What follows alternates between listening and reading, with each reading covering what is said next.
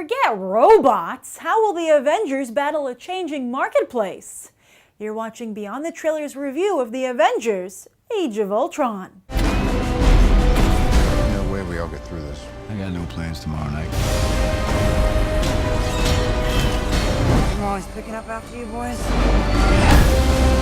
We can tear them apart. From the inside.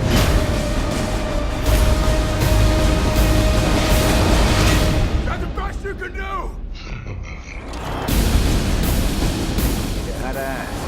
As we all know, timing is everything, and therefore Avengers Age of Ultron might very well find itself in a difficult position. First off, perhaps in an effort to manage expectations, Kevin Feige and Joss Whedon have already warned us there are no big reveals in the film.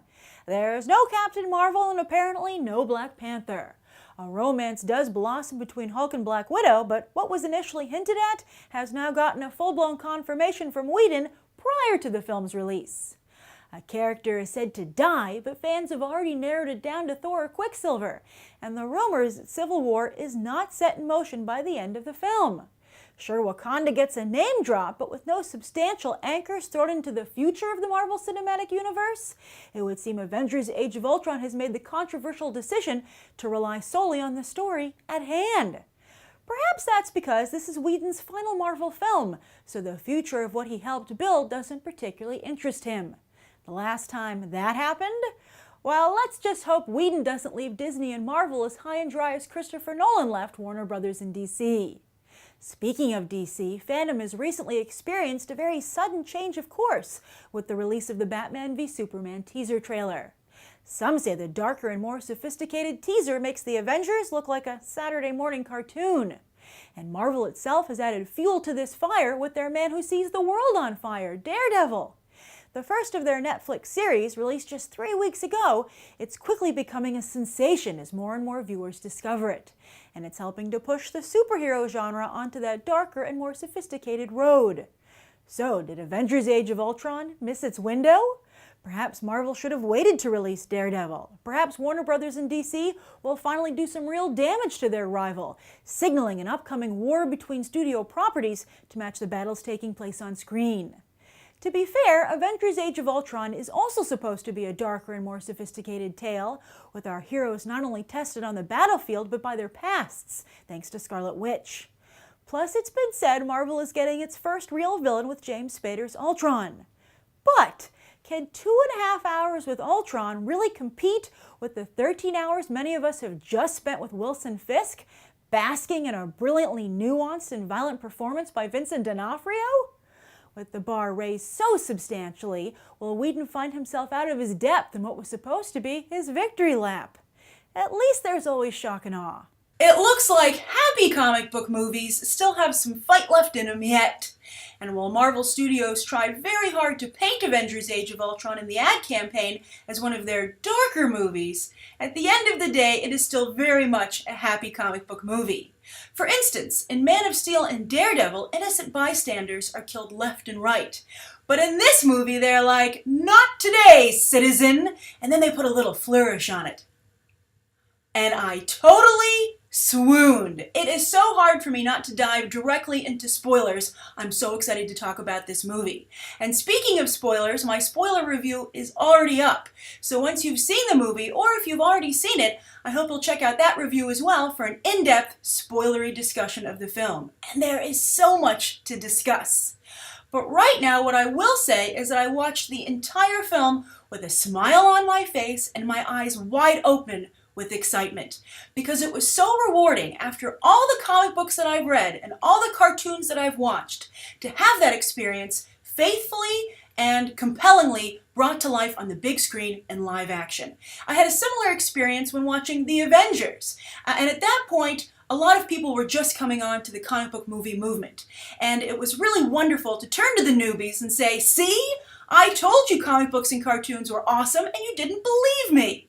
And now, years later, those people have stuck around. Now, those of us who have always been fans can turn to them once more and say, "Ah, it gets even better. You ain't seen nothing yet." Because Avengers Age of Ultron very much is the successes of the first Avengers film put into hyperdrive. And on that note, it must be so painful for Kevin Feige to lose Joss Whedon after this film, because you can see Whedon growing by leaps and bounds as a blockbuster filmmaker. I can't really go into too much detail here because I don't want to give away any of the awesome elements of the film, but one thing that I can point out is the soundtrack. It's a really great example of the nice touches that Whedon puts on the film. For instance, in numerous action sequences, the soundtrack reflects where they are on the globe. In particular, in South Africa, when those African drums started, I was like, where's Black Panther? I'm ready for T'Challa. Of course, he didn't show up, but I think that film could be big. And then again, in Seoul, South Korea, they brought in local elements into the soundtrack. And it really just added a nice flavor to the film and really underscored the globe-trotting aspects of Avengers Age of Ultron. And now, to add even further salt to the wound for Feige, there are rumors put out there by Whedon that he would be interested in going potentially to DC, and he would love to do a Batman movie. But I don't think that Whedon is a fit for the direction that the DCU is headed, but I think he'd be a great fit with Star Wars. And I bring up Star Wars for a specific reason, because I don't know if anybody else noticed this, but in the opening action sequence, they used Star Wars sound effects, and it was super distracting. I know that Disney owns both Marvel Studios and Star Wars, and therefore the Star Wars sound effects library, but they should put up some firewalls and be like, you can't use this stuff, you have to stick to your franchise, because it was a little bit disconcerting. You were like, wait a minute, am I watching a Marvel movie or a Star Wars movie? And I think that, well, Disney expands into the empire that they are becoming, I think they have to be a little bit careful to make sure they put clear divisions between the divisions and they don't bleed into each other. The other thing that was distracting a little bit, though, I have to say, it wasn't, a 100% perfect movie, although I had such a great time. But one other thing I have to comment on is that the visual effects weren't perfect. And I think that might be because visual effects haven't quite caught up to what Whedon wants to do with them.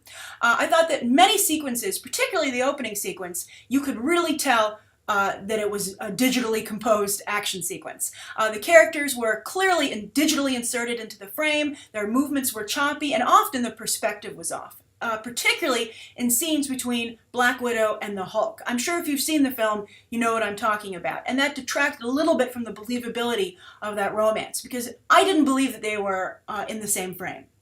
I was like, one's clearly a digital effect, and one's a real person, and she doesn't seem to be convincingly interacting with that digital effect.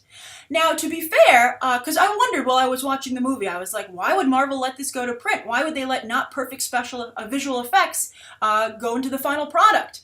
And I came up with the conclusion that perhaps, as I said, visual effects just haven't caught up to what Whedon wants to do with them. So if I had to choose between cutting these amazing action sequences and having them with subpar visual effects, I would go with having them and the subpar visual effects.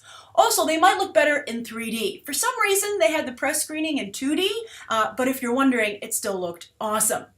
But one visual effect that really worked was Ultron. He was amazingly well realized, from his lips, which were very James Spadery, to the way he sashayed when he walked. I don't know if anybody else caught that. There were some crazy character choices going on with Ultron, which we again will discuss in the spoiler review. As for the Avengers, I think thanks to their amazing solo films, Iron Man and Captain America came off the best. But I would also like to add that Joss Whedon understands Thor, I think, better than anyone making solo Thor movies. He also came across very well. As for Brutasha, I was a little disappointed, not just because of the visual effects, but because we really missed the whole courtship of their relationship, the whole honeymoon period. It just went immediately to couples bickering. And I think that epic romances are difficult, but right now this one has too much angst. It's difficult to achieve the right balance with these romances for the ages, and I think Whedon unfortunately skipped to the frustrating level and never gave us that honeymoon period to get us more emotionally invested in it. However, speaking of Black Widow, I thought that a lot of the things introduced here for her character were phenomenal. And at this point, she's definitely crying out for a solo film. And there is discussion, as one of you actually pointed out to me on Twitter, that Marvel has put a writer on the task of developing a solo film for Black Widow. Then there's Hawkeye, who Whedon really tried to make relevant. However, I have to say, he still doesn't seem like he fits with the team, and I'll discuss this more in my spoiler review. But I will say that Hawkeye made a really bad joke in the movie, which got particularly bad later on. And I was surprised that Whedon never allowed him to really make up for it, or that he never commented on the joke that had been made earlier, which became in incredibly bad taste towards the end of the film. Then, of course, there are the new players, Vision, Scarlet Witch, and Quicksilver. I will discuss them at length in my spoiler review, but I will say that they all did a fantastic job. They were all wonderful additions, not just to the Avengers, but to the MCU. And also, they clearly, subtly, but clearly sowed some seeds for a Scarlet Witch Vision romance. I actually think they did a really good job sowing seeds for the future of the MCU, and I'm very, very, very excited to see what happens next. This, I have to say, is my favorite Marvel movie to date. I absolutely adored it. So I'm so excited to discuss it with you down below in the comments. Please avoid spoilers. If you want to talk spoilers, head over to the spoiler review, which you can do also right now.